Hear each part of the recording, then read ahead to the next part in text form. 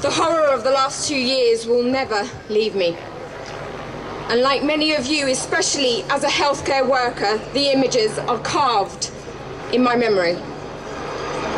I'd like to share with you a story of Hamdan, who was a Palestinian medic from Khan Yunis in Gaza, a father of 6, 4 girls and 2 boys. He happens to be a beloved brother of my dear friend, Rana. Hamdan's life was about saving others, a paramedic based at Al Nasser Hospital. When the bombs rained down and fear swallowed the city, Hamdan stayed. He didn't go home. He refused to rest. He remained at the hospital day and night, not betraying his life's mission. When the Israelis ordered the evacuation of all patients in Al-Shifa Hospital, Hamdan volunteered to help the Red Cross move patients to Al-Nasser. Twice he was beaten and humiliated by the Israeli forces at the checkpoints. The second time they stripped, tortured and detained him. That was the last time he was seen in Gaza. For 12 months his family heard nothing. They searched, they begged for answers. The response was devastating. Hamdan had been killed in prison, tortured to death. They did not ever return his body. His children have no grave to visit. His children have no grave to visit. Rana, my friend, has no brother to bury. Even in death, the depravity of this occupation is clear for all of us to witness. To them, even the dead must be erased. Even grief must be punished.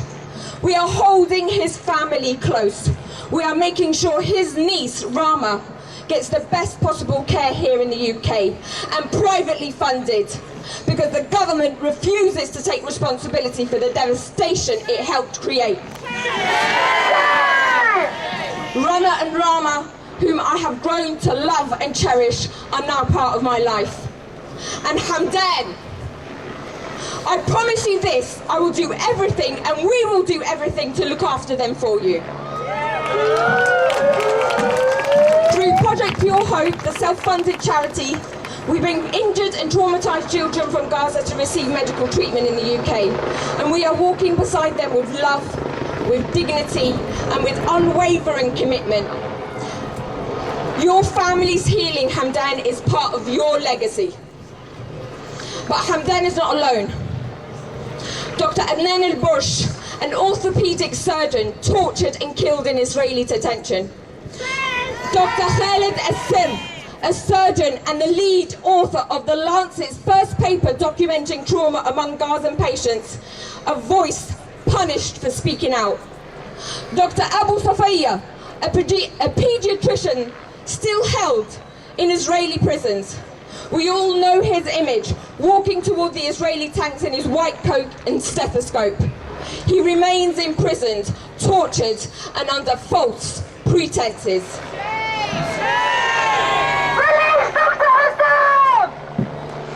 These doctors were targeted because they were helping others to survive. I've spoken their names at rallies, at vigils and marches. I've told their stories in rooms that went completely silent. Their stories, their resistance is our solidarity with them.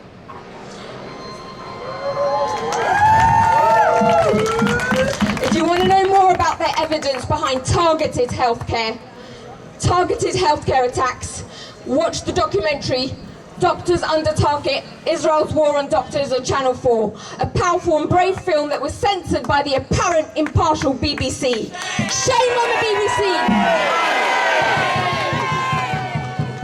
I stand here today because I can't stand the silence.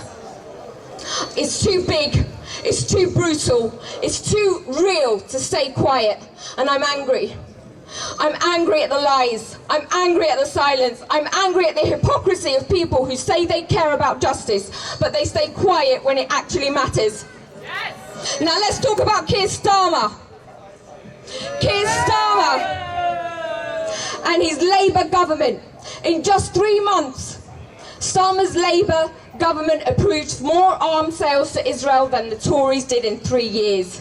While children were slaughtered and hospitals reduced to ashes, Labour was signing off weapons, signing off these children's death warrants with the same ease as scribbling cheques, funded by our hard-earned tax. Our taxes meant for our local services. This man went on national radio and said it was okay for Israel to cut water and electricity to Gaza. That's just immoral. Immoral and shameful for him to be a human rights lawyer. He ignored doctors who've been into Gaza, Victoria Rose and Nick Maynard, just like he's ignoring us now. And it gets worse. Starmer and his cronies are doing everything they can to silence dissent. They're banning these protests, smearing Palestine action, pushing out MPs who speak the truth. How can we call this a democracy? He does not represent us. We want him out! And while they say that there's no money for our community services, they want to hand out 330 million contract to Palantir. No Palantir! Palantir is a US military surveillance company. It supplies tech to Israel's defense ministry while it bombs Gaza. Now it's being handed control of our NHS data, and we say no. No to Palantir! No to Palantir! End all deals with companies complicit in Israeli crimes. And all of us here, me and you, can help stop this in our local hospitals by organising with your colleagues, your neighbours, your community. This is the time for local politics. Get in there and have your say. The long-term consequences for civil society and our communities and our future and our children's future will reverberate for generations to come. And while all of that is going on, they crack down on our democratic right to free speech. On students, on doctors, on truth-telling journalists, on anyone who dares to speak out. They say they believe in free speech, but only if you're parroting the same party line. They say they care about human rights, but only if the victims aren't Palestinian. The racism is systemic. Let's not pretend. They're not standing for peace or people. They're standing for power, for arms deals, for PR spin. But we see through it. And we say, not in our name. You don't speak for us, Keir Starmer. You don't speak for the nurses, or the teachers, or the students, or the journalists, or the disabled you are trying to steal from, or any person with a beating heart and conscience. You don't speak for the Jewish people protesting on the streets, or for the victims demanding accountability. You don't speak for those of us who know justice isn't selective. That healthcare and social care is a human right here and in Gaza, even in war. Yes! Yes! We shall remember who stood on the right side of history and who stood by while the bombs killed. Remember that foreign policy is a reflection of our home policy. What they do to others, they will do to the common people. Keep standing up for justice and equality for all. Free Palestine!